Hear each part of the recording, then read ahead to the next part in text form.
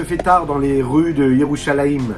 La pénombre est présente et pourtant Rav Israël Salan qui se promène voit au fond de la rue une petite maison et dans cette petite maison une petite lumière qui brille à travers cette fenêtre-là. Il y a un peu plus de 100 ans. Oui, vous l'imaginez un petit peu. On est à Yerushalayim. Ça peut être merveilleux, c'est un beau tableau que l'on pourrait installer sur l'un de nos murs, chez nous à la maison, mais c'est pourtant la réalité. Il est intéressé, il se rapproche de cette petite maison, et là, il voit ce juif-là, qui est nul autre que le cordonnier du quartier, qui est attelé à travers cette vitre-là, à réparer des chaussures. Heure tardive, il répare ses chaussures à la lumière de la bougie. Il tape à la porte, il entre et dit « Mais que fait un juif à cette heure aussi tardive ? Pourquoi est-ce que tu fais ce que tu es en train de faire, travailler si tard ?» Et ce juif simple de lui répondre « Vous savez, mon cher maître, tant que la flamme brûle, eh bien, on peut continuer à réparer. » Vous connaissez ce principe-là. Kolzman shaner dolek efshar letaken. Tant que la flamme brûle, cela veut dire qu'on a la possibilité de réparer nos fautes et de faire ce que nous avons à faire. Notre mission sur Terre, elle est d'une richesse infinie. On ne doit jamais perdre l'espoir. Peu importe ce que nous sommes, celui que nous sommes, ce que nous avons fait, ce qui se passe dans notre intellect, dans nos émotions, dans nos actions, peu importe. Le seul juge, c'est Dieu. Peu importe ce que nous faisons, il n'y a que Dieu qui peut nous aider à réparer ce que nous devons réparer. Matir Asurim, c'est une bénédiction que nous faisons tous les jours dans la Tefila, les bénédictions du matin. On remercie Dieu, on demande à Dieu de briller, de se dévoiler ici-bas sur terre, à travers la possibilité qu'il a de libérer celui qui est prisonnier. Alors, je vais vous dire un petit peu quelque chose. Oui, dans ce principe-là que le Chassidut nous dévoile, il faut savoir que on est tous un petit peu des prisonniers. Vous allez me dire, non, pas du tout, j'ai l'impression d'être totalement libre. Enfin, non. Celui qui est honnête avec lui-même sait qu'il est prisonnier. Nous sommes enchaînés par toutes ces forces du mal, ces forces obscures qui s'installent en nous, qui nous dictent ce que nous devons être, vers quoi nous devons tendre. Oui, en effet, on est enfermé. Et même celui qui a l'impression, à travers l'étude de la Torah, des mitzvot, de celui qui est, et à travers son apparence parfois physique, spirituelle même, il doit savoir pour qui il court. Pour qui il court ? Est-ce qu'il est en train de servir les forces négatives, qui ont parfois une apparence de positif, de sainteté, ou est-ce qu'il est en train de suivre véritablement la volonté de Dieu, subtile, raffinée, pure, sainte, saine? Ce qui est assourd, vous savez, c'est ce qui est enfermé. Ce qui est moutard, c'est ce qui est délié, c'est ce qui est permis. La question qu'on pourrait se poser, c'est lorsqu'un homme ne fait pas ce qu'il doit faire par rapport à quelque chose de permis ou d'interdit, il est fort probable que de la même manière qu'il y a une différence entre ce qui est permis et ce qui est interdit, avant de le faire, il y a aussi une différence considérable entre les conséquences qu'on est capable de causer quand on a fait quelque chose de permis ou d'interdit. Moutard, c'est quelque chose qui est permis, qui est possible, qui est libéré, qui n'est pas bloqué. L'interdit, c'est ce qui est justement négatif, qui est limité, duquel nous devons nous éloigner. Moutard, ça veut dire libérer. Assour, ça veut dire lier, relier. On parle d'un homme. Et, comme nous l'avons dit, on est peut-être nés tous libres. Oui, on a l'impression d'être libres. Il y a cette histoire du peuple juif qui parfois, physiquement, va vivre l'enfermement, enchaîné par des chaînes physiques. Il y a ce peuple juif qui vit parfois un enchaînement, un enfermement psychologique, émotionnel, spirituel. Et parfois, on ne s'en rend même pas compte.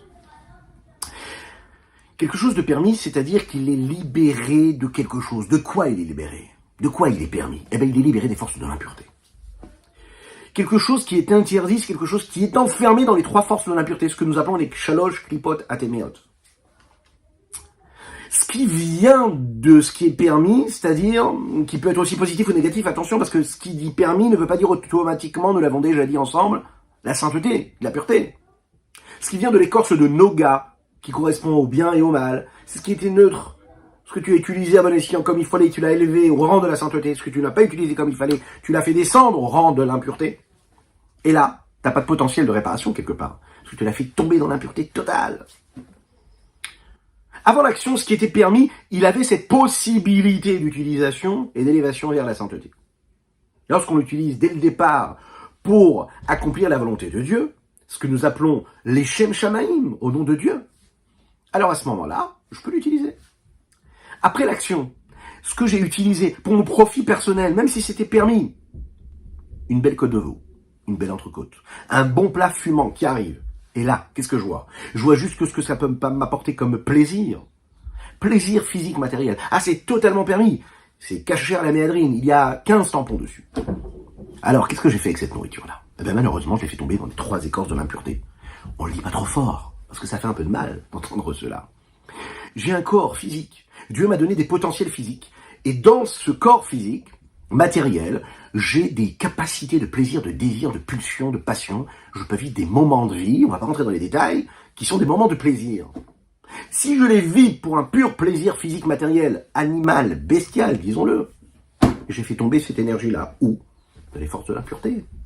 J'ai eu à ce moment-là, avec mon corps, une distinction. J'ai eu la capacité de vivre un moment de sainteté. J'ai eu une direction de pensée, une concentration. J'ai réussi à utiliser ce moment de désir et de plaisir en lui donnant une direction, une odeur,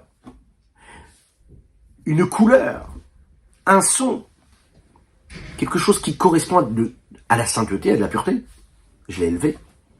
Et ça peut même produire et créer, nous l'avons déjà dit, des tzadikim, de la justice, de la justesse, de la sainteté, encore plus, encore et encore. Une personne qui va travailler, qui gagne très bien sa vie, ce qu'on souhaite à chacune et chacun d'entre nous, d'être riche matériellement et spirituellement, vivre dans l'opulence matérielle, c'est ce que la Chassidoute nous demande de vivre. Oui, c'est important, mais comme il faut. Et qui l'a fait de manière permise, ça c'est même pas une question. Et sa seule mission, son seul but à lui, c'est quoi? C'est de vivre bien, de manière riche, belle, et de partir en vacances, d'avoir des objets de valeur pour s'enorgueillir et de dire comme ça avec son beau chapeau et cette belle barbe, sans jugement aucun. Tout ce que j'ai gagné de manière cachère. Je n'ai fait aucune magouille. Donc je mérite de vivre dans une belle maison, d'avoir une belle voiture et de profiter de mon argent. Au grand jamais, jamais de vivre comme ça. Il n'y a pas pire que cela. La chassidoute qui se dévoile maintenant, vous savez, précisément dans cette période que nous vivons à la fin de cet exil, celle qui enlève cette couche de mensonges qu'il y a partout, sans jugement aucun, mais dans tous les milieux, religieux, non religieux, profane, pas profane, juif, non juif, peu importe.